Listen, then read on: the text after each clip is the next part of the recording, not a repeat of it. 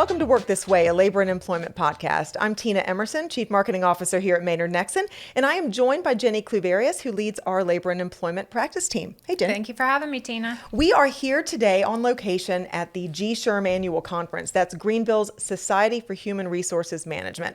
And we have pulled these gentlemen right off the floor. We are excited to have you with us here today. This is Anthony Wilks and Dan Snizaski with Life and Safety Consultants. They are former OSHA turned consultants. So tell us about your business and how you ended up together, from what I hear, after 30 years of being in each other's orbit. Yes, so I worked at South Carolina OSHA 30 years ago, and then Anthony came on right after that, and I left, and you guys kind of heckled me on the way out the door that I wasn't going to make it. And so Life and Safety's been in business now for about 25 years, and when Anthony retired, he jumped on with us, and it's been a great addition and a great teammate. Yeah, like Don said, I started with South Carolina OSHA. At the time, I didn't know what OSHA was. I didn't know what it really stood for. But after 28 years, I kind of worked my way in. I got to know a lot of people. And of course, Don and we stayed in contact all of those years. And I announced that I mentioned that I was eligible for retirement. I didn't say I was retiring. I just mentioned that I was eligible. And Don stayed on me until I decided. I chased him. Well, sometimes you have to.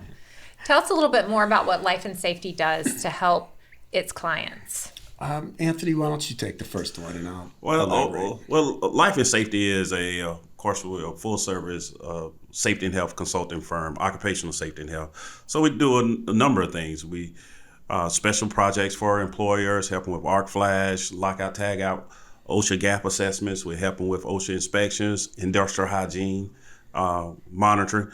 But we're here at Greenville SHRM today because of our specialty, partnerships. So we partner with small and medium-sized business and be that fractional safety and health person for them that they don't have a full-time one. And I'm going to add one thing. We also have a robust online learning platform where we're able to offer, generic safety training. But what our claim to fame is coming into a facility and actually making very site-specific training modules around your hazards, your people, so that gets uploaded. It's not generic anymore. It's your stuff, your hazards.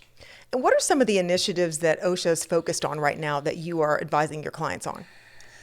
There are several things OSHA is working on. They're always coming out with something new. So OSHA, last year, they started out doing an emphasis program on warehousing. So they targeting warehousing industry. So we're helping our clients stay in compliance with that.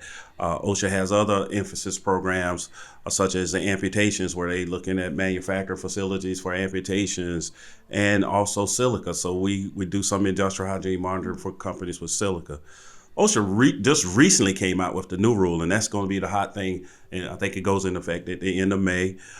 They call it the employee representation rule. That's where now employees can be represented by non-employees of that employer doing an inspection. So that is a hot item right now as to how, and we're looking to see how OSHA is going to navigate that and make that happen. So. And the other initiative that we're working on is EV battery safety. With EV batteries being we're going to be the EV battery belt of South Carolina. So there's a lot of things that employees and employers need to know about EV batteries and safety and how to handle them. So we're hot to trot on trying to get the EV battery safety initiatives up and going. Right. Well, clearly you both individually, but also combined, have a wealth of experience in the workplace safety area. And I am very interested to hear about common pitfalls that you see employers make where they mess up on preventative items or those types of things. What are some of the frequent pitfalls that you see that you feel like are fairly easy for employers to avoid if they do some proactive planning on the front end? I always recommend that an employer kind of get a mock OSHA inspection or do a really good gap assessment. That way you can kind of figure out your roadmap for the future. But training is always one that kind of seems to somehow get slipped through the cracks. Training your employees on that task, so if something happens, they know how to handle that workplace task. So that'd be a big one. So the old adage, an ounce of prevention is worth a pound of cure, holds true in the workplace safety context for sure. Absolutely. It does. And can you describe what a mock OSHA assessment looks like for one of your clients? Yeah, it's just we operate just like an OSHA inspection. So we'll go in, of course, meet with the client. We'll walk through their facilities and identify any hazards that are in the workplace. And then we do a review of your safety and health programs and see which ones you have in place. And we give you guidance on what you need to put in place. So it depends on the size of the employer, how long it takes.